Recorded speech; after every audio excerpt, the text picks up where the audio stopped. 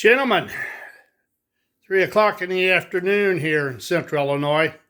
The Corgi Bootleg Production shops have been really hard at it today. It's a doggone foggy outside, no need to go anywhere, so we thought we would work on the hill climber. The hill climber now is powered. It's alive. Got a lot more work to do on it, but I've got it tentatively set up. Got the wheels, the power truck, everything spaced, I think, the way I wanted it. These are 33 standard gauge cow catchers that actually drop right in there, work pretty good.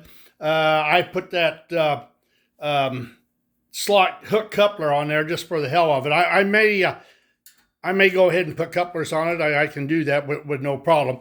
I got a lot more to do. I originally had spacers that I put on the roof, and I had to unsolder them so I could get into the inside and work on it. It just made things much too crowded. But I got to put something in here because this roof is going to be bolted on. Currently, it's just got the tabs. I've got trolley poles coming for it. I've got to decide how I want to do a light on the front. I think what I'm going to do is I'm going to use a light bezel off of a 400E or 392 on the Interurban. I use the light bezels, however you call them, off of these, off the O gauge engines. They're smaller, but I think I'm gonna go bigger with the lights on this one. I'll put lights up both ends. I'll put lights on the interior. I'll probably do Mylar. In fact, I'm already in the process of trying to get some silhouettes so that I can stamp the Mylar, and of course with the backlighting, it gives that passenger look. But it's coming along real well. I'm well pleased with it. So we'll just give it a quick spin around the track. You can judge for yourself. We've been busy unloading freight here today. In fact, we just bought a new Mack truck. You can never have too many bulldogs. That's for damn sure. So let's see what it will do. You better do something. Been on it all day.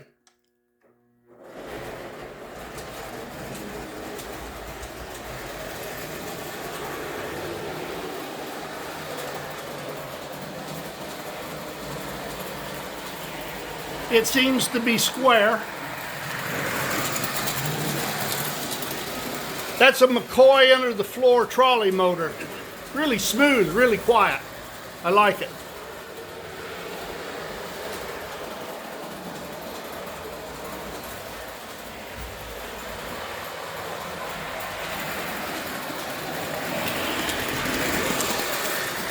I think it'll make a good addition to all the stuff that I've been building. Like I say, I got a lot more work. This is nothing more than a shakedown, semi-shakedown cruise. But it works pretty good. Like I say, I'm well pleased with it.